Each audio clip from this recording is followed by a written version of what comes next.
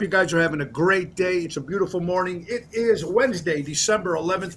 We're getting closer and closer to the holiday season, and we got a great show lined up for you. Chicago legend, guitar player, the great Chris Minardi will be joining us, talking about his career. We'll talk about the Beatles and Stones, some Beach Boys, etc. He'll be co-hosting with me for the first half hour of music of show. Anyway, guys, every show is dedicated to the first responders, but mostly is dedicated to people like you who take the time and watch the show. We really do appreciate it. Check the website, TonyOceanMusic.com, and give us a call at 847-769-8609. It's showtime, and let's go to work.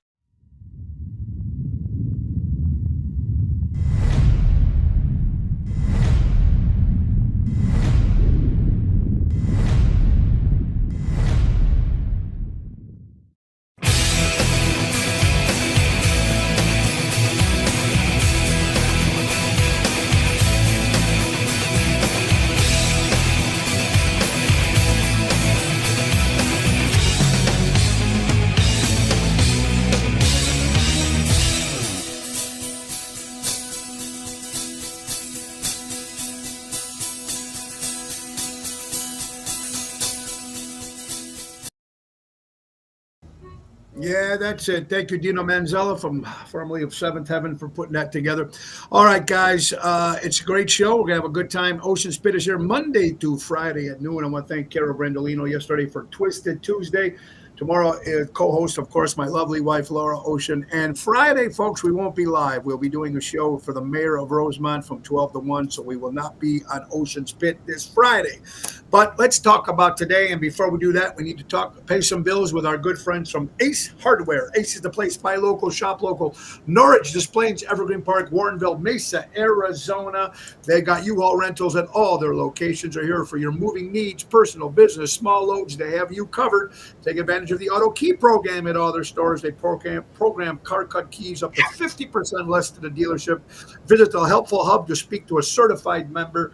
Guys, 30% off on indoor and outdoor decor at your Ace Hardware. Plus, they have holiday stuff as well. Ace is the place, helping neighbors before they were neighborhoods. And let's get to one more sponsor, our good friend Mary Grievous, for all your real estate needs. Perfect real estate professional, whether you're putting your home on the market or looking for a dream home. Give her a call today. She's available to assist buyers, sellers, for sale by owners, expired listings.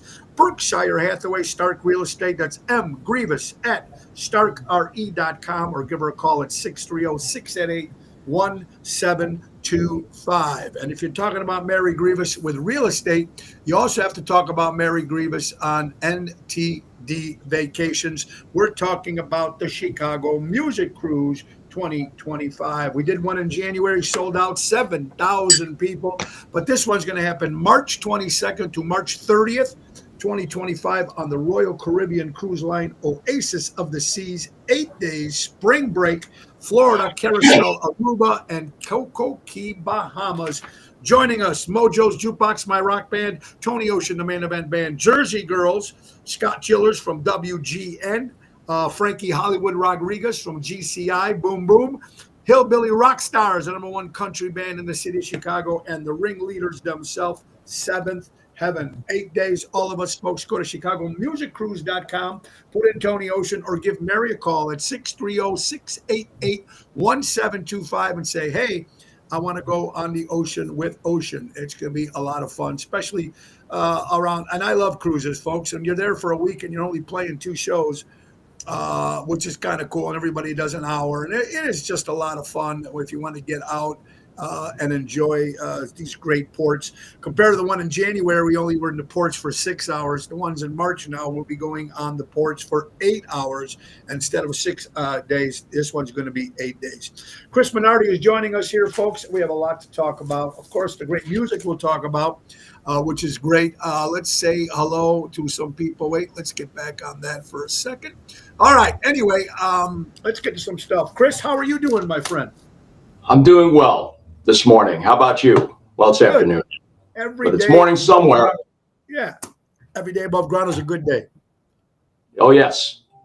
Yes, absolutely. All right. So you got a lot of things going on in your career. We're going to talk a little bit about that. We'll talk about some other stuff as we're doing this, folks. if you're a Chicago Cub fan, Ryan Sandberg just released again. His cancer has come back. Relapse for Ryan Sandberg, so our prayers go out. That's got to be horrible on that, folks. Jesus, I know so many people who passed away with cancer and stuff. It's amazing, Chris. I believe that they have a cure for cancer. I just don't think they want to release it. What do you think? Well, my cure or my belief is that we could prevent it by eating a better diet, getting more exercise, getting off of cigarettes, not taking drugs, less stress. I think poor immune systems contribute to that. Sugar, cancer. Sugar is huge. Yeah, sugar. A huge killer. If you take away sugar, I mean, you can eat a lot of, even if you did everything in moderation, whatever you did, but that sugar will kill you faster than anything else will. Yeah. And I mean, they say it's addicting, they put sugar in everything. I don't know. That's a whole other subject, addiction. Yeah. Right. We're drawn to it because it tastes good. Yeah. Sugar make you put sugar on things. It makes everything taste good. Yeah. They have the fake sugar stuff, right, Chris? They have the fake sugar stuff, but it's still bad for you. They say that this stevia is a healthy alternative. Okay. It's all naturally grown and extracted. And it's actually gotten better, like over the last 5 or 6 years now, that to the point where it mixes really well with recipes and drinks and things like that. And you can hardly tell. So it is getting better, but still people, want their sugar. They want to eat that Twix. I was in the store yesterday doing some shopping, and I saw Twix bars the size of my desk, which is about, they have a whole aisle there full of all the candy. And I'm like, who's going to eat that? Maybe if you smoke a big spliff. Yeah. Well, all the kids are eating that stuff. I was just mentioning something on the show yesterday that the average prison meal that people get in prison is more nutritious than what the kids are getting in school today for their lunches. Yeah. Well, I've actually eaten it. I have too for not many days, but yes, I've eaten it too. It wasn't too bad, actually. Well, I mean, to be clear, it was while I was on jury duty when I was. Okay. Well, there you go. Well, that's okay. Jury, one of the big perks of that was that you got free lunch. So you're thinking, free lunch, they're going to order out from Portillo's or something like that. They're going to have a nice deli tray, and no, I mean, it was this nasty slop. Like, I felt like I was in Shawshank Redemption or something. Yeah, there you go with all the crap. Chris Minardi is with us, folks, today. A couple other things we'll talk about. We're talking about rock and roll stuff, talking about the people getting sick. I don't know if you're a big Duck Dynasty fan. I'm not, but it's when you hear another guy, this is one of the stars, Phil Robinson, Alzheimer's. I mean, that's another thing that's just killing people too. And I believe that the government has all these cures. I just think, Chris, that think about it. If they cured everybody, there'd be so much overpopulation, correct? Yeah. Yeah, it's just I get it. I agree where I wouldn't rule out anything. Yeah. But I'm one of these people that until I actually see the proof, I choose not to believe it. And I stand by the whole prevention thing. We could avoid a lot of this stuff. I mean, I haven't been to a drive-through in 13 years. Good for you, my brother. And that will definitely kill you. And I can't say that I don't get tempted. You know how it is. Sometimes you're jumping from one gig to the next. You're ready to chew your arm off. Yeah. And I've actually driven through the parking lot and then said, you know what? No, because what's going to happen is I'm going to like it and I'm going to go back to eating it for convenience sake. And I know they're trying. I know these fast food people are coming up with trying to put better food out there. There is something called the Impossible Burger from Burger King. Actually, I couldn't taste the difference. I thought I was eating a burger. It was actually the thing is that's not a healthy alternative either. That's true. That's something that is devised for people that don't want to harm animals. Correct. That's the whole plan behind that. But if you look at the ingredients on it, it's not a healthy alternative by any stretch. It's no less in calories. Right. And guys, we all know if you get a cheeseburger, if you get a regular burger, stay away from the French fries and stay away from the Diet Cokes because that will destroy you. What I usually do is I pour water on the French fries. Yeah, there you go. What do we got here? A couple other things. Michael Cole, former, I don't know if you remember Michael Cole. He just passed away at the age of 84. He was in the TV show Mod Squad. I used to love that show. I used to watch the reruns, of course. Yeah, he but was. Let's see. There was Link, There was Peggy Lipton, Julie, and I forgot he was the third one, right? Yeah, he was the third one. He passed away at the age of 84 years old. Wow. Chuck Norris's mom passes away at the age of 93 years old. I don't know, every day someone's passed away. But we're going to get to some crazy music here. Before that, though, Judy Garland's slippers as Dorothy went on the auction. Guess what you think they sold for, Chris? The original ruby slippers. What do you think they sold for? I'm going to just take a shot here. I have no idea, but I would say $500,000. $32.5 million. Even if I had that money, I wouldn't spend it on that. What is people? Are people crazy? Yeah. And are they sure they're the real ones? Because you got a lot of people out there these days that can build knockoff stuff. That's pretty convincing. Yeah, they make them good too. A couple other things. Yeah, you're absolutely right. More music news. The last gig for Nico McBain, drummer for Iron Maiden, leaves the band after 42 years. I wasn't much of an Iron Maiden fan. I don't get into that heavy stuff, but being with a band for 42 years, you know what it's like when you're in bands just, a couple years here and there. Were you an Iron Maiden fan at all? I don't own any of their records, but one night I was watching Access TV. And there was a concert on. Okay. And I'd never seen them before. And a lot of times when you see stuff in concert, it resonates differently than when you're listening to it on a radio or something. Correct. And absolutely. I could see the talent in these guys. I could definitely see the raw talent. Yeah, it's really heavy, but it was it definitely had a beat to it. It had meaningful lyrics. And would I go see them in concert? If somebody had an extra ticket, sure, I would go along. Sure would go. But yeah, got it. Yeah. Speaking of extra tickets and people about Scorpions, supposedly Klaus Meine, when I love him as a vocalist, supposedly he's leaving Scorpions and going solo, just like Kevin Cronin did quit REO Speedwagon and went on his own now. So it's, if you have the voice, and let's go be honest, Chris, if you go see a band and the original singer is still there, does anybody really care? Unless it's Keith, Yeah. Unless it's Keith, then I want to see Keith. That's another thing too. Yeah. Also, Guns N' Roses will be touring in 2025 with 3 of the original lineup, and opening for them, their opening act will be the Sex Pistols. Glenn Matlock, which was the original bass player and actually wrote most of their songs. Steve Jones, Paul Cook on drums, and their singer will be Frank Carter. I don't know who he's from, but they're going to be the opening act, and they've done some tour shows in Europe already. The Sex Pistols have. I watched it. It's not Johnny Lydon, of course, but hey, I'll take the Pistols.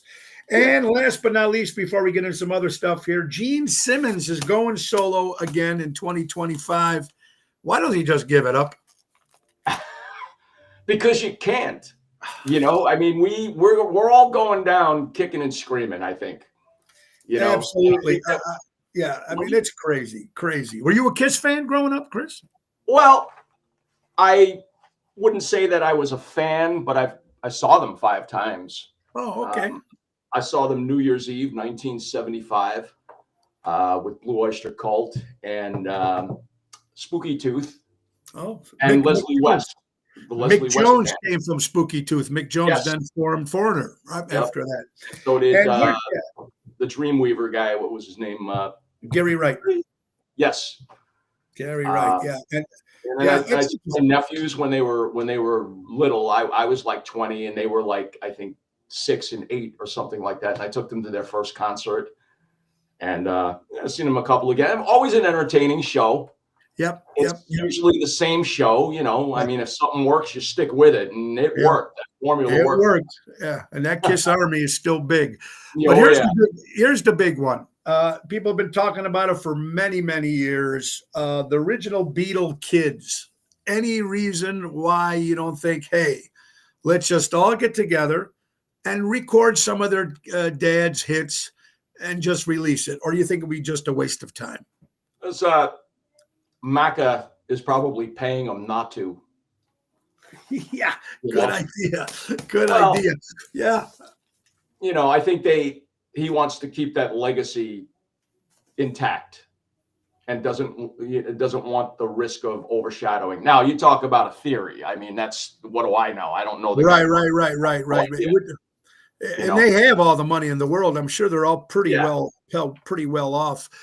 Speaking of the Beatles, and we're talking about the Beatles, of course. If John Lennon was still around when they did the anthology, you think they might have done some new music? Anything's possible. Yeah, I mean, McCartney's claim was that he would have loved what they did. So I think You so know, too. I mean, there was this whole misnomer about how they never talked all of the years. Like the Beatles ended, and then all they had was turmoil. They just remained under the radar. They got together, they hung out. McCartney went to the Dakota Building, and they had dinner together. And there was even that one story about how Lorne Michaels, Yeah, $1. like $5,000 Oh, to reunite the Beatles. And I don't know if it's all lore or what, but McCartney's like, we almost did it. Almost did it. Did you see the movie? It was called John and Paul. It was a TV made movie about that incident. VH1. Yeah. Two of Us. It was called Two of Us or whatever it was. But Right. I thought it was very cool, and it was made. It would have been great if that's exactly how it happened. I would love to have seen them together. Chris Minardi here, musician, of course, Chicagoland area. You do so much stuff here, Chris. But before we get on some of your stuff, let's get to some of your favorite bands. We're talking about the Rolling Stones. Why are the Rolling Stones still going? And why are people still buying tickets? Even the younger generation are jumping onto this and paying that big bucks. When it comes down to it, they're good. And that's really it sounds simple enough to say, but they're good. Yeah. The album they put out last year was, I hate to overuse the word, but it was phenomenal. Yeah. I couldn't believe that a band at 63 years still going made a record that well. And, they brought in some good people to work with them. But it all comes down to the songwriting, the song crafting. And, I'm listening to the record over and over and over again, which I don't listen to a lot of newer stuff over and over. Yeah, me either. I should put it on the shelf. I keep coming back to this. And one of the things that I'm drawn to is that it's unique in that I don't think that this record would have flown in the 70s any more than Black and Blue would fly now. Right. So there's a different sort of chemistry about it. And I can't quite put my finger on it, but it's the Rolling Stones now. Yeah. And still incredibly relevant. They're not an oldies band, which is, for better or worse, happens to a lot of people. I mean, let's face it, even if you go see Paul McCartney, does a 3-hour show and it's great, but 2 hours or better of it are focused Beatles on songs. Yeah, songs absolutely. And like you said, they get the best guys behind them because they have all the money in the world. They can get the best people and outside writers. I don't even know if they even use outside writers anymore. But it's just amazing what the Stones can do. They keep rocking. You love them. There was 3, of course, we know the original: Mick, Bill, Charlie, Keith, and Brian Jones. Brian Jones looked like he was a tormented guy from the very beginning.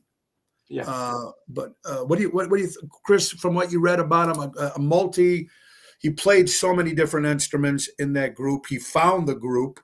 The drugs obviously screwed him up. If he would still been in the band, you think, if he didn't get on the drugs and everything? I know, because he was already out.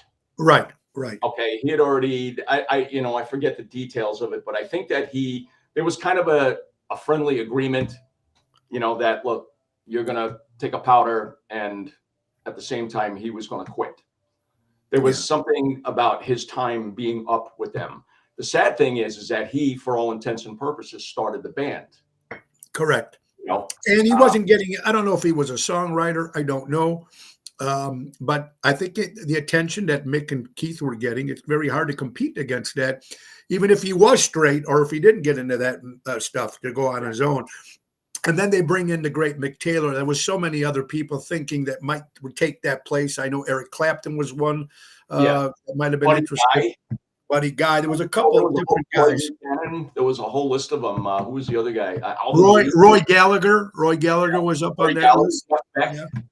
There's actually studio recordings with Jeff Beck, some unreleased material from those Black and Blue sessions that he was on. And then, did you like the pick when Mick Taylor came in?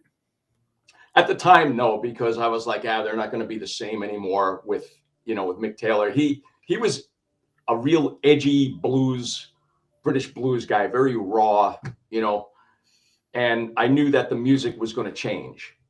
And where did he come from? What was the name of the band? Was he? Well, he was with most notably John Mayall's Blues Breakers. Blues Breakers, right. Yeah. He did, I think, a couple of albums. One of them was called, oh my God, this is going back to the Roots. Okay, all right. That was around 66 or 7. And then he did session work with people, kind of like Jimmy Page. Yeah. Offhand, I can't recall who, but he was out there. And then they picked him, they chose him. I don't know. I forget how that all went down, but they needed. I don't know if they auditioned people or what. But I thought that the best music that they did was with him in the band. I agree. I mean, Goat Said Soup, I think, right? It's Only Rock and Roll, right? Exile on Main Street. Exile on Main Street, which was, as Jagger said, it was really a very overrated record, but it was raw. It was raw. And they had good stuff on that record. I don't care what anybody says. They had great stuff on that. And then, of course, he leaves to go on his own. And then, of course, they bring in the twin brother of Keith Richards, Ronnie Wood. Looks like he should have been a Stone from the very beginning. I guess they tried to get Ron Wood when Brian Jones died or something, if I'm correct. But wasn't it that Rod Stewart and Faces, he couldn't go? Or do I get the story wrong? No, that came later. That came during the transition period. Okay. But what happened was, if I got the story correctly, and if anybody's listening and I'm wrong about this, feel free to correct me. But he was at the Hyde Park show that they did 2 weeks after Brian Jones died. It was Mick Taylor's first performance. That show got a lot of flack over the years, but I've watched the videos and I just think it's fantastic. I love it too. And then when they released the Doves and everything for Brian, I thought that was very cool. We talked about this before air. Brian Jones dying. He was an excellent swimmer, from what people said. Yeah. Well, what do you think? Well, he was drunk and on drugs. So, you jump into a pool, you could be Mark Spitz. Yeah. And if you're drunk and on drugs, you could be the best driver in the world. If you're on drugs, anything can happen. So, ironically, I've never discounted the theories about, Me too. I don't know, anything can happen. It was a time period. What may have been going on then, now you look back on, well, it seemed like a good idea at the time, 60-something years later, no, not such a good idea. We were youthful, we were stupid, whatever. But, there was the competition of being number one and whatever you had to do to stay there. And even if it's booting your leader out of the band and, who knows. And keep going. Yeah. Well, go ahead. I'm sorry. And the Stones now, I think that's going on. I think that they're still racing to the finish. I don't know. That's a good thing. I agree with you. Or when Keith Keith Richards might have been sentenced to jail, and Mick Jagger said, "Let's keep going without him." That was not a good move on Mick Jagger's part, in my opinion. No, that wouldn't have worked. That would not work without Keith. And then you get Ron Wood, and he's still with him now, obviously. Did you like the music they did with Ron Wood, with like Tattoo You and Some Girls? And well, a lot of that stuff especially Tattoo You, was made up of stuff with Mick Taylor. Right, correct. There was old stuff. Correct. Some of those, and you can tell, like if you listen to the songs, in particular, there's one song called "Tops." Yeah, And I'll take you to the top. Great song too. Yeah, great song. Yeah. It's very sort of Motownish. Yeah, But there's yeah. a great screaming 2-measure guitar solo in there, Mick Taylor, that just makes the whole song. Yeah. Yeah, I like the Ron Wood stuff. It took me a long time to warm up to him because Okay.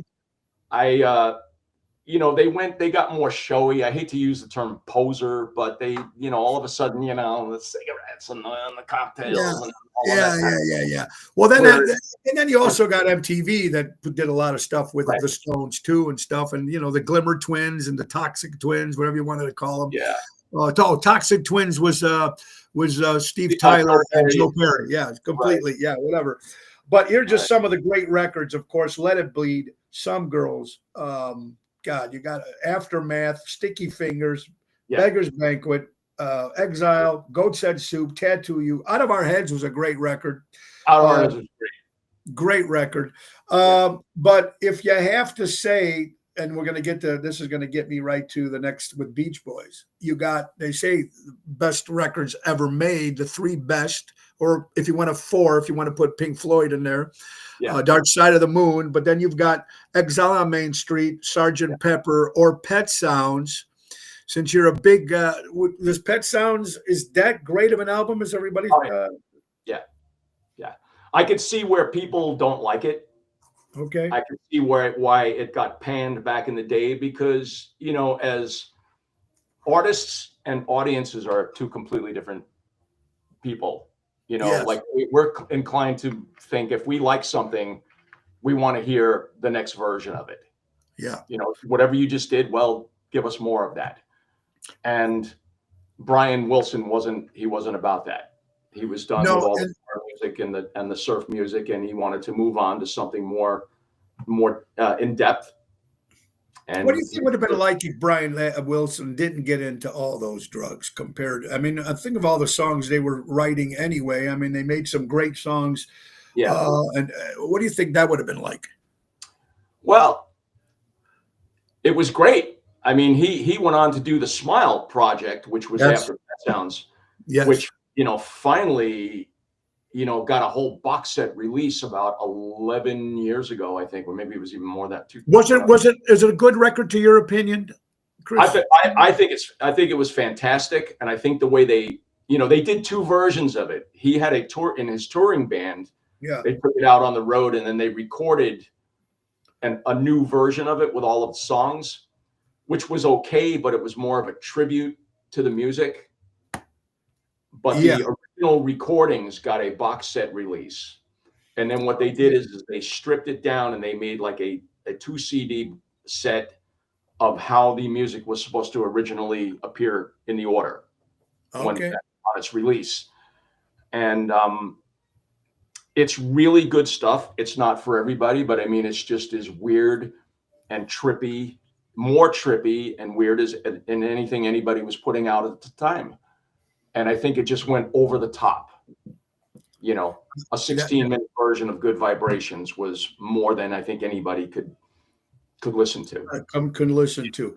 About the 2 brothers, between them 2, Dennis and Brian, the big influence, of course, with the Beach Boys. Mike Love. Did you like Mike Love as a singer? He's a controversial character, shall we say. He's kind of like people love to hate him. And I always kind of went back and forth with that also, because every time you would hear him interviewed, he would want some credit for what he contributed to the band.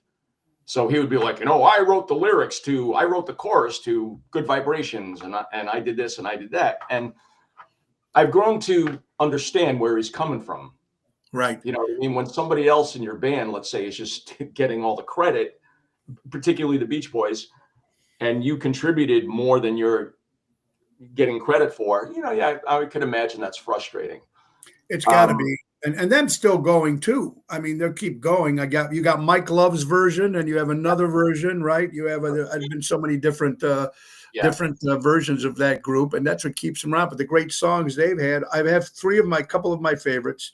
God Only Knows is one of my favorites of all time. Of course, Don't Worry, Baby, and I love In My Room, Heroes and Villains. They had some great stuff. Yeah.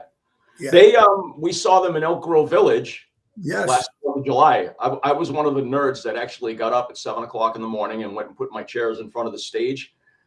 And, listen, I wasn't expecting anything other than just a nice celebration, 4th of July, seeing the Beach Boys, whatever incarnation it is. And we couldn't believe how great they were. Yeah, and they were the biggest draw they've ever had at any of those concerts. Yeah, I mean, the biggest draw. That's what I was talking to the agent there. And he had his son in the band, and then what's his name, John Stamos, who I'd seen many times over the years with them, who's a great musician in his own right. Yeah. He doesn't get his credit, but he does a good job. Actually, he does a good job. You're watching Ocean Spit, a little show about big things. Chris Minardi is with us, folks. Let's get down to a quick sponsor if we can. Getting some little thing. How about Airtight Windows? If you're looking for windows and you want it done right, do it right with Airtight Windows. That's right. For honesty, quality, dependability, do it right with Airtight. Service Chicagoland for over 35 years. Do it right with Airtight. Call Louis at 708-788-5000 and tell him Tony O sent you. And we were talking about fast food. How about fast food healthy, or as healthy as you can get it? We're talking about Guzman and Gomez, fast food made healthy, clean, enjoyable. Check them out. So far, they have locations in Schaumburg, Crystal Lake, Buffalo Grove, Naperville. Download the GYG app and sign up and get a free burrito. Burritos, tacos, bowls, salads. They even offer burritos replacing the rice for French fries. Fundraising, catering, they have it all. Our son is the regional marketing manager now. So download the GYG app and get a free burrito. Give them a call at 224-636-3646 and get a fundraiser and get Guzman and Gomez eating healthy fast food. Chris Minardi. Chris, now you got a bunch of things that you're doing, and I know you've been playing with our good buddy Nick Sahajas, of course, the Billy Joel, Elton John band. How do you like with that group? It was actually musical game changer in my career, because before I got on board, I was getting ready to sell all my amps and all my electric guitars, and I was just going to play acoustic stuff for the rest of my. Really? Yeah. I did not know that.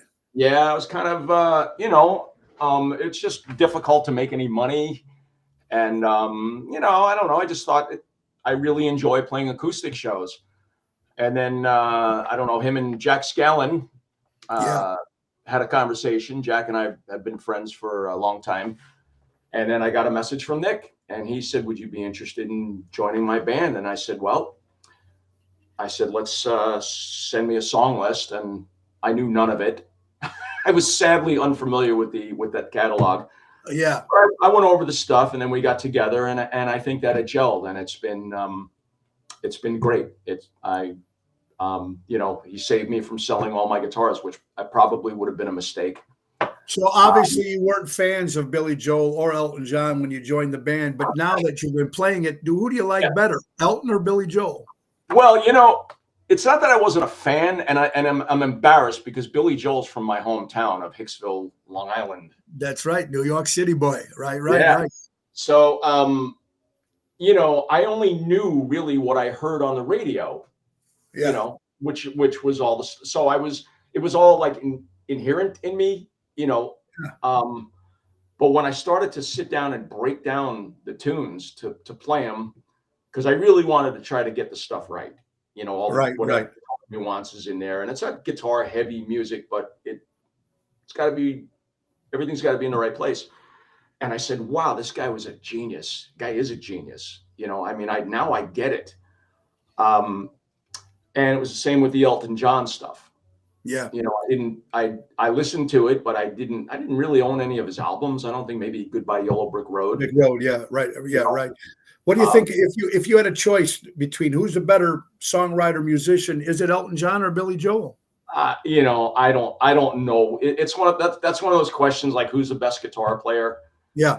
They're both great at what they do. Yeah. I think that Billy Joel, just from the music that I know, I think he's got a wider range of influence. Yes. He's gone through a lot more phases, a lot more styles. You know, I don't know if Nick was here; he could probably answer that question better than I could. Yeah. But yeah, it's you know, to be in a tribute band, that's a good one to be in. But and then you know, of course, we revived the Chicago Hitmen. Hitmen, which is another great group. What's it Yeah. like working for Nick? Chat. Yeah, I'm sorry to grow fast. What's it like working for Nick? Working with Nick? It's great, mainly because you know he's the boss. Yeah. And he's over here in the front of the stage, and I'm over here in the back. So we don't really communicate much. And All right. you know, unless I'm never in his monitor, my guitar isn't in his monitor, I don't get a lot of stink eye from him. So I guess everything's okay. Right. Yeah. I mean, you guys are great. I've seen the band. I've seen both bands. They're fantastic what they do. Nick is a professional and he always puts everything into his shows. And you guys are great at what you do. What else are you doing otherwise? I know you do a lot of acoustic stuff, solo stuff.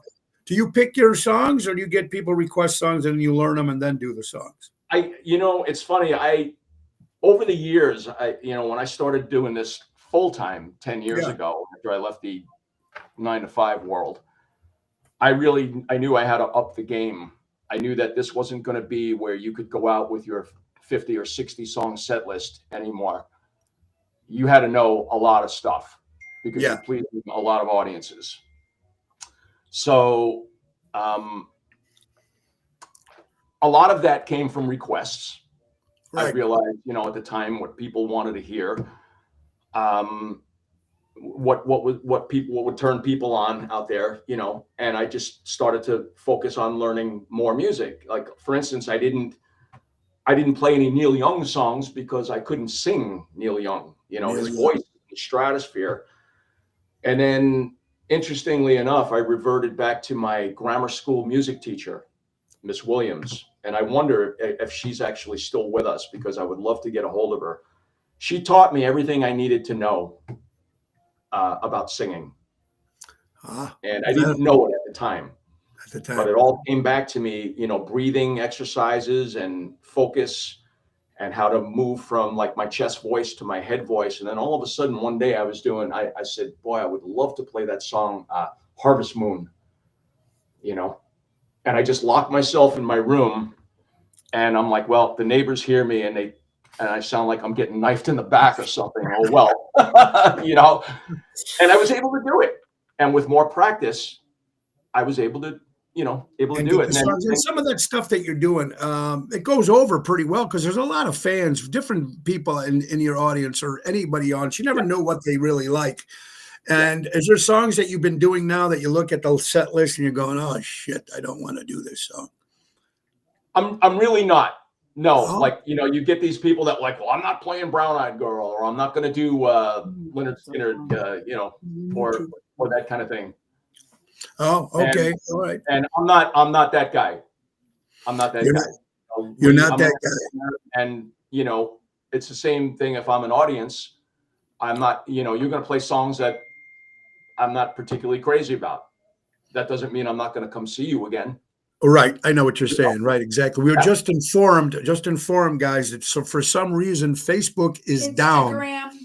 Instagram is down. Facebook is down. Messenger, WhatsApp, everything's down. It's on Fox 32 News at this moment. At this moment, Fox 32 Newing that says that this stuff is all down. The only thing we're coming live right now for you guys is YouTube. YouTube is live. We are live on YouTube. So this is Fox News right now saying that Facebook, Instagram and a bunch of the other apps are all down. So who knows what's going on with that. Right. I was trying to get on. I'm sitting here with my phone. I'm like, I'm trying not to get that. We can all thank Mary. Mary frustrated look on my face. I'm like, Mary just came back and just told us this, that it's all over the news about Facebook and YouTube. But we're going to keep talking anyway. Yeah, because he'll come. He'll get it back. Yeah, he'll come back, and then we can always rerun it. But all right. So, has Brian Wilson or Paul McCartney worked together ever? Yes. They have. Yeah, they did Brian Wilson did an album probably 10, 12, 15 years ago. I can't remember the name of it. And McCartney was on his record. They did a song called A Friend Like You. Okay. Do you imagine those meetings? Okay, so now we're getting we're getting in some people here now. Hi, Mary. How you doing from NTV Vacation? She showed up here. Got some numbers coming in too. All right, so we all know, folks, that Facebook is down, Instagram is down. Right now we're live on YouTube, but Mary came through, and I guess we're going to kick it back in. But yeah, I mean, imagine those two minds meeting like that, probably the greatest songwriters. If you want to put somebody else in there, you'd have to put in Billy, Elton John, Led Zeppelin, the Who, the Stones. I mean, great songwriters. And it's amazing. But the question is now, Chris, like you said, we're in our 60s. Yes, we are. There's not going to be another Rolling Stones or an Aerosmith. Why do you think that is? Well, first of all, at the time, they weren't, the world wasn't saturated with bands and artists the way there is now. I think that there's just too many people out there to be able to, they got to keep everything moving along, But also now these young kids that are on social media, come up with a song and they're going to have 2 million views and they're big stars and they probably never even did a live show. Right. But in 50 years from now, are they going to be having a 50th anniversary, tour with, playing 30 dates, selling out football stadiums? Yeah. And that's probably, I'm not going to be here to witness it, but I'm thinking not. And I don't know, it's the way it used to be was that when let's say a band's new album was coming out, right? I read about it in Rolling Stone magazine or Cream magazine or the other one, Circus. Hit Parade, Circus. Yeah, right. Or the Illinois Entertainer would tell you who's coming out with a new record. Yeah, we'd all go out. We had the Island Year. Yeah. On Long Island, which was the Illinois Entertainer. Right. Local sort of thing. You were on the cover of that, right? 1985, Chicago class of 85. They put a record out, Tony Shark LaBarbera on Shark Records, and we did a concert at the Odeum. Yeah, so that was pretty cool to be on that. Long hair, the pop rock and roll stuff. Yeah, but it's just interesting about the new music now, and it just gets to be the point, Chris. Now, what's on your bucket list? What's on Chris Minardi's bucket list moving forward in 2025? To write some songs. And because I haven't done that for a long time. I got away from it. And so that's kind of on the bucket list for 2025. If you can join any band right now, if you had to pick, obviously I think I know the answer. I know you'd love to sit next to Keith and play guitar, but would the Stones be it? Yeah. If I could, yeah. I mean, when I went to Soldier Field last summer, I went to both shows, and the second night, I splurged for a ticket for a lot of money. If you don't mind me asking, what was the price on a regular ticket? 700 and change. It wasn't. That's the one you splurged to. What was the regular one? The regular price? No, that's what I paid. That was the face value. Okay. Oh yeah, I didn't go to some scalper and get reamed. No. Okay. But I wanted to really see them up close, and I was just. It's a whole different world when you're watching it from, 0.2 of a mile back, versus in the first 20 rows. And I got to see how that machine really works with my own 2 eyes without staring at video screens. And it was just mind blowing how good they are, how they pay attention to each other, and how much really goes into it and how much they're just not going through the motions here. There's a true love, professional, way that they conduct themselves. Have they changed live though, since Charlie's not with them anymore, music wise? Well, to be honest with you, I'm a big Steve Jordan fan. Yeah, he's fantastic. I mean, he comes in perfect. Yeah, and we even had the privilege of meeting him in Clear Lake, Iowa, 6 years ago when we played the 60th anniversary of the day the music died. I was out there with Mike and Tracy with Good Clean Fun at the time. Okay. And we were hanging out backstage at one of the shows, and there's all, little Steven is there, and Cheryl from the Shirelles, and all these different people that I knew who they all were because I have an older sister who turned me on to all that music when I was little. Right. And then there's this one man sitting over there, and I was with my buddy Billy Glisson, and I said, "You know who that is?" He goes, "Oh." I said, "That's Steve Jordan." "You're kidding me?" "No." So we got to hang out with him, and this was, of course, before Charlie passed away, but we knew his history of working with Keith and working with wasn't he was with the Expensive Winos, wasn't he, with Keith? And he was on all the tours. He might have been with was he with the New Barbarians too, or that was before his time? No, that was a guy from the Meters, some band called the Meters. They were like a, what's it kind of music? Zydeco. Okay. Band. All right. I don't know anything about them. Yeah. But Jordan is great because what he did is he studied this music the way, like if you were hiring a drummer to play in your band, you would want that guy to sit down and listen to the records and learn this the way it's supposed to be played. Yeah. And you can tell that he studied this stuff. And even in the studio, though, the drum sound doesn't have that snare that Charlie used to always have. On the new record, they melded it together because there's a couple of tracks with Charlie. Yeah. And because I know what you mean. Like when a record sounds fragmented, that's kind of what happened to the Beach Boys over the years. Is they used so many different musicians that the record sounded fragmented. Yeah. This did not, and because that was one thing I was real curious about. Like, how is that going to work? And good playing, professional production, all of that, all nice and smooth. Yeah, I mean, it's amazing. And like I said, how long do they got? How long? I mean, come on. I mean, Kiss said we're done. Everybody said we're done. I think a lot of those bands said we're done because they can't sing anymore. Yeah. They can't keep up with it anymore. And Mick, I don't know how much exercise he gets when he's doing those shows. Yeah. And and put, if you rank, you said Jimmy Page, Jeff Beck, Eric Clapton, Eddie Van Halen. If you're putting Keith on the top, is he a top 3 key guitar player? Technically, no. No. But you see, then you say that, and then you got people that, oh, come on, Keith is great, and he is great. He's great at what he does. Keith is great at being, creating those riffs. I played in Hot Rocks for 22 years. That was another thing I was going to talk about. Hot Rocks. Yeah. Great. I love they're a great Rolling Stones tribute band. Oh yeah.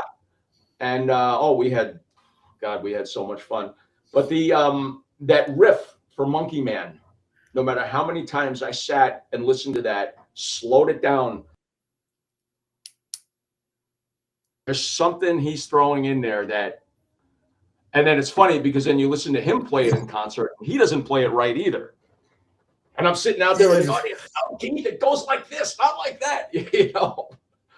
And he's playing it. Who's a better rhythm? Who's a better? Is it Ron Wood or Keith? Or are they pretty close? They've been so compared to each other. They're different. Yeah. Ron Wood's he's just a good guitar player. Right. Keith is a good Keith, although every once in a while you hear him sit in with somebody and just pull out some tasty licks. He's very much a Chuck Berry clone. Yeah, absolutely. And then you can hear it, like all the little nuances kind of dancing around. You could, like he loved Django Reinhardt, who was a fabulous, again, like when you talk about who are the greatest guitar players ever, he was kind of like the Segovia of jazz. Okay. Ironically, if you want to hear Django Reinhardt, watch old cartoons. Oh, okay. He does the music. Okay. Yeah, I don't, to this day, I don't even know if that's him, but it's gypsy jazz. Okay. that you hear at like the old black and white Popeyes and stuff like that. All right. Yeah. Okay. Very cool. You know, Chris, Sergeant Pepper, do you think was the greatest record ever made? Were you? Listen. I lost the Beatles after Revolver. When they got into the Sergeant Pepper stuff, I kind of lost the Beatles, and that's when I swung to the Stones. But Sergeant Pepper, of course, and then the Stones tried to make Their Majesties. Oh my God! What did you think of that record? I thought it was great. Okay, now it got panned. You know, there's nobody ever denied that they were trying to imitate the Beatles. You know, and take their thing to the next creative psychedelic level. And they did, and some of it wasn't really that good. But I mean, that's got songs like 2,000 Light Years. Yeah, that's a great song. Yeah. Right? Yeah. She's a Rainbow. She's a Rainbow, of course. That was one of the big hits from that record, of course. Yeah, that was a great one too. Yeah, all right, there you go. Yeah, and you're right. They definitely tried to make a Sergeant Pepper. And obviously, if they released it maybe before Sergeant Pepper or years after, it might have made a big difference. But you're right. Yeah. What about Billy? Another guy we don't talk about Stones too much. The great Bill Wyman. Yeah, very solid. Him and Charlie were a machine. A machine. Yeah. What about now with Jordan and Jones? How are they compared to Bill and Charlie? Say that again. How do you compare Jordan on the drums, Steve Jordan, and isn't what's his name, Jones on bass? Darryl Jones, yeah. Darryl Jones, a Chicago guy. Yeah. How do you compare them to that rhythm section to Charlie and Bill? It's like the two of them on steroids. You know, that's really how. Because you have to keep the formula. You know what I mean? Like you can't bring in. Okay, Charlie can't pass away, and you can't bring in Neil Peart. Okay, right, correct. Bring a Stones tribute band. You know, like when I was in the first Stones tribute I was in, I had plenty of guys that showed up. You know, I said I'm looking for a guy to play like Mick Taylor, Ron Wood. Oh, I'm better than he is, and then he would come in and it would be like Angus Young, and I'm like, well, that's not what we want. Right, you know what I mean? Yeah. So, but I think what these guys did is they're animated.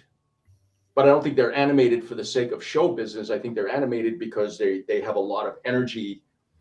I mean, let's face it. If you or I were in that band and you were, you know, playing one thing or another, think of how you would feel. You know what I mean? I was exploding with energy just watching these guys from where I was. I could hear like every ride cymbal, you know, you could hear every bass nuance. And how these guys were playing off of each other. And I'm like, they nailed it, you know, in so many ways. They just, you know. And I think that's why people are still out seeing the Rolling Stones, and parents are bringing their kids and their kids are bringing their kids. I mean, you can still, I don't know, the generations of people who, same thing with Kiss. Remember the kids when they had the mask and the makeup and they all went out and did their thing. Was it Scorsese? Who's coming out with the documentary of the Beatles movie? Did you hear about this? Yeah, it's out. No, that one was 64, but it's called. Oh yeah. There's one that's going to be just. I think they're going to do a 4-part, and it's going to be on John, then one on Paul, and then one on George, and one on Ringo. I'm glad Scorsese's going to do it. He's great. Don't you think we've heard enough? What else is there? Well. To some people, no, they can't get enough. You can't get enough of this stuff. Yeah. And I watched that Beatle documentary that was on the day after Thanksgiving. Right. And I'm like, okay, well, what's going to be in here? Because I read about it, and they said, oh, you know, it was over the top, and pretty much anything Scorsese touches turns to gold anyway. Absolutely. Yeah. And there was a lot in there that was sort of, we've heard this before, we've seen this before. But then they did things like they showed interviews with people in Harlem back in '64. You know, who went to Harlem back then? You know, it was, I mean, now it's different, but like back then, you didn't go into Harlem and ask black people what you think of the Beatles. Correct. Yeah. And even if you did, I mean, obviously it was media people at the time that were doing it, but it never made its way to national television. at least not in our markets. Not in our minds. What about Chris? Or we're almost running out of time. Well, let me ask you something. What do you think John Lennon would be doing if he was still alive? What kind of music you think John would be doing right now? Probably not resting on his laurels. That's derogatory, but he'd be playing his catalog. Yeah, you think he'd be coming up with new? I mean, Double Fantasy was a great record, but it went number one. Did it go number one because John Lennon died? I don't know. I remember listening to it, and of course, the interviews that he was doing to promote it before he got shot. Yeah, and it was very much a Yoko Ono, John Lennon collaboration. correct. And I thought, well, this is going to be half good, and the rest of it's going to suck. And it didn't. Like, her music was actually really good on there, and her voice wasn't bad. The ones they picked for her was actually very good. Yeah. I agree with you. I agree with you. So the last question is, who was the best? Was it the Beatles or the Stones? I mean, that's got to be a question that's being asked in any music conversation. But they're both the best in their category. I mean, the Beatles, I think, are the best in their category for keeping their catalog popular and alive for all of the years. Yeah. The band actually being together. Right. And I think the Stones are the best at longevity as far as touring and making palatable new records. Okay. Yeah. It makes a lot of sense. And I hope they keep going. I hope they keep going. I mean, people, as long as they're still healthy, but I admit if one of them goes, they will definitely call it quits. Well, I don't know. Mick might keep going if Keith just happened to pass away. But, because Mick has got more of an ego. Yeah. Pardon me? Yeah. Yeah. He likes to make solo records, and he produces stuff. And but I loved it when Mick put out, a solo record, and Keith's going, "You're Mick Jagger. What do you need to prove?" Right. And then he puts out this record, and it was okay. All these great studio musicians, but then Keith comes up, with his record, outsold anything Mick did. Yeah, even his second record, Main Offender, the other one was just as good. The second one he did, and just to prove a point. And it's amazing those guys still stay together. Ladies and gentlemen, Chris, if they want to book Chris Minardi, how do they get a hold of Chris? Okay, www.chrisomj.com. That's my webpage. You could email me at cam59@comcast.net. And where can they see you live? Either solo coming up this week or next week, or again with the Chicago Piano Man? I got to take a look at the book because I can't remember. Let's see. All right. I'm going to be at Breakers solo acoustic at Breakers in Crystal Lake on Saturday, the 21st of December. Okay. I'll be wearing my my leopard skin Santa hat that night. All right. And then we'll be with Chicago's own Piano Man Band at Old Republic on December 27th. And Elgin, I love that place. Great place. Oh, great place. And kudos. Hey, a shout out to Nick. Absolutely. From Old Republic. Wonderful guy, wonderful family. Good people over there. Yeah. So that's for the month of December. Oh, then Chicago's own Piano Man Band will be at Primo on New Year's Eve. Oh, yeah, in Elgin, right? No, in Gurney. Gurney. Yeah. Great place. I'm sure you guys will knock it out over there. Ladies and gentlemen, it's Chris Minardi. Thank you for your time, Chris. Thanks so much, once the Facebook brings it back, we'll be re-promag again. But I thank you for everything you do, my brother. Keep the music alive. And guy, have a great holiday, you and your family. Yes, all the best to you. And I will see you at the Billy J Show. You got it, man. I can't wait. It's going to be a lot of fun. That's fun, man. Absolutely. All right, my good friend Chris Minardi, everybody, thank you so much. It's Ocean's Pit, little show about big things, folks. And now, as I said, now we are coming to the end of the hour. And I want to thank Jack Vanna Landscaping, folks, our good friends from Jack Vanna Landscaping. They offer monthly maintenance programs, bush trimming, spring, fall cleanup, bed mulching, fertilizing. They offer plant design, service installation. Call Tommy at 847-432-5266. I'm sorry, folks, if you're watching, we did lose Facebook, Instagram. It was all over Fox 32 News. But we will be back tomorrow. Hopefully, they'll have that taken care of. But Laura Ocean will be my co-host. And then don't forget, Tony, my birthday bash will be at Ron Onesti's Speakeasy on the 28th on Saturday night with a lot of special guests.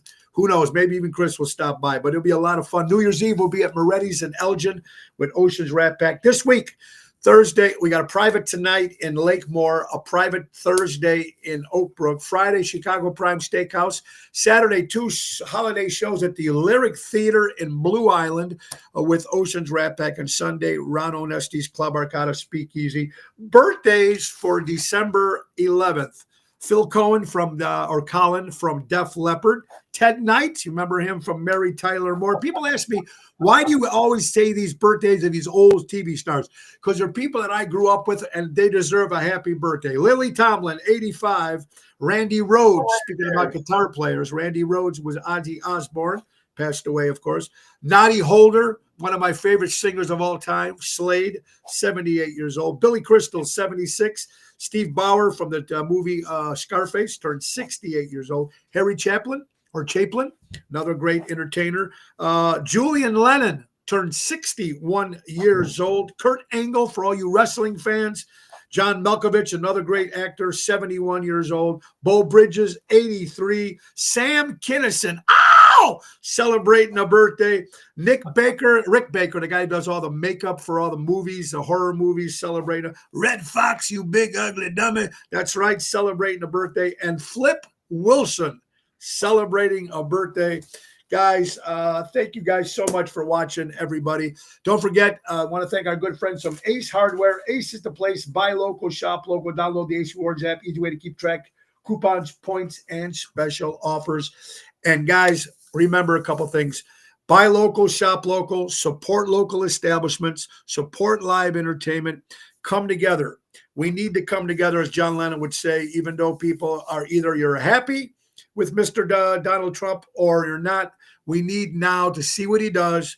Come together. Let's see what he does. Let's make it peaceful. And as Ringo Starr would always say, peace and love. And he's got a new country record coming out in January, Chris. Ringo doesn't stop. He doesn't stop. That's what I mean. Right? And I'd love to imagine being asked to be in the Ringo Starr All-Star Band. What a genius idea that was. We'd be great in that band. He's got the best players around him. And You Ringo. got to get him on the show. Oh, there you go. God bless. All right, everybody. God bless you. Your bucket list for my bucket list. Yeah, of course. Ringo. Get a Beatle on the show. Yeah, that'd be unbelievable. Guys, you have a good one. Nick Sahajas, take us out. See you tomorrow. Peace and love, everybody. Bye-bye, everybody.